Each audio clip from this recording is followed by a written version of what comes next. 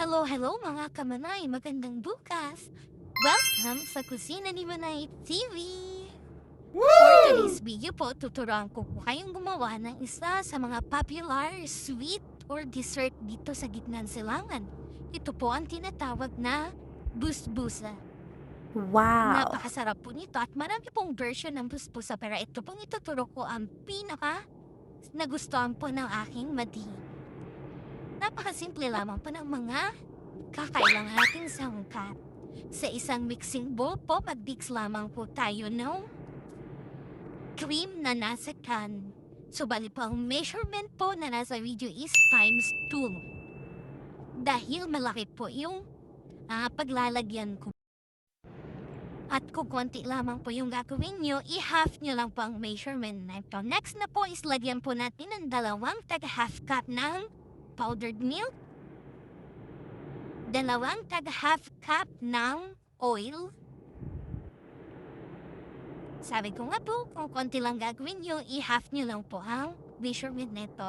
Maglagay na rin po tayo ng vanilla at baking powder, 2 tag-half cup ng white sugar, at haluin mabuti ang lahat ng mga ingredients na nailagay po natin. Ayan, mekos-mekos lamang po natin. At next po, pag na-mekos-mekos na po ang lahat, ilagay na po natin ang 2 cup ng semolina powder.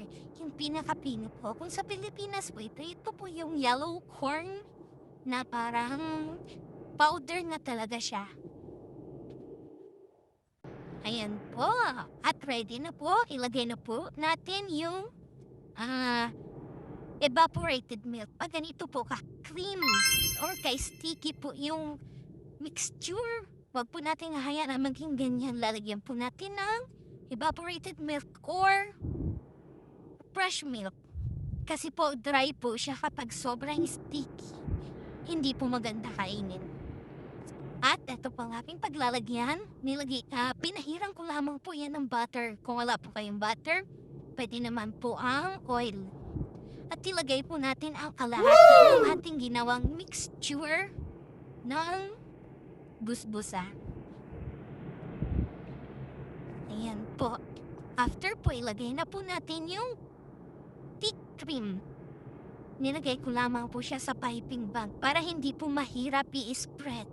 Wow! At maging pantay po ang paglagay. Hindi po tayo mahihirapan. At habang nilalagay po yan, pa-shoutout po sa aking Tita Ria Duran na nasa summer. Maraming salamat po sa pag-support, sa pag-share at pag-like ng aking video. Maraming salamat po ulit. God bless. Ayan po, at next po nilagay ko na po yung pangalawang pack ng krema. Thick cream po ito. Woo! Napakasarap po talaga. Promise, pag may cream na ito, tapos pag kinain niyo na po siya is, siya po yung nagbabalanse no, tamis at nagpapakream. Wow! Nagpapakreaminess po no, dessert na ito. Ayan po. So after po is ilalagay na po natin yung half ng mixture. Yan, sinimot ko lang po muna kasi may natira pa pong konti. So para po hindi po kayo mahirapan maglagay ng kalahati ng mixture, pwede nga naman po ilagay sa piping bag.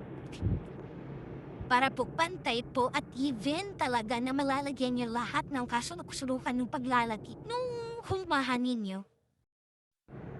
At kaya po pag nailagay na po natin, siguraduhin po natin na wala pong nakaangat na mga puti. So kung may puti po kayo nakita yung cream na pinalaman natin, takpan nyo po para po pag naluto ko siya, hindi po siya lalabas.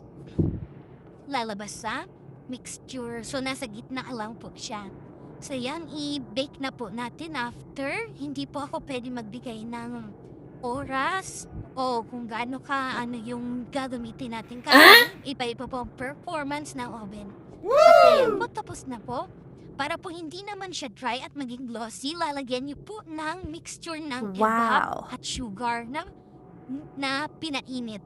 Ayan, ibubuhos niyo lang po lahat dyan. Wow! So ayan, napaka-creamy at napakasarap po. Tiyadaan, di ba? Ang ganda. Kung nagustuhan niyo po ang video na to, paki-like and share na din po at comment po kung saan nakarating ang video na ito. At sa mga bago po, paki-follow na rin po. Bye!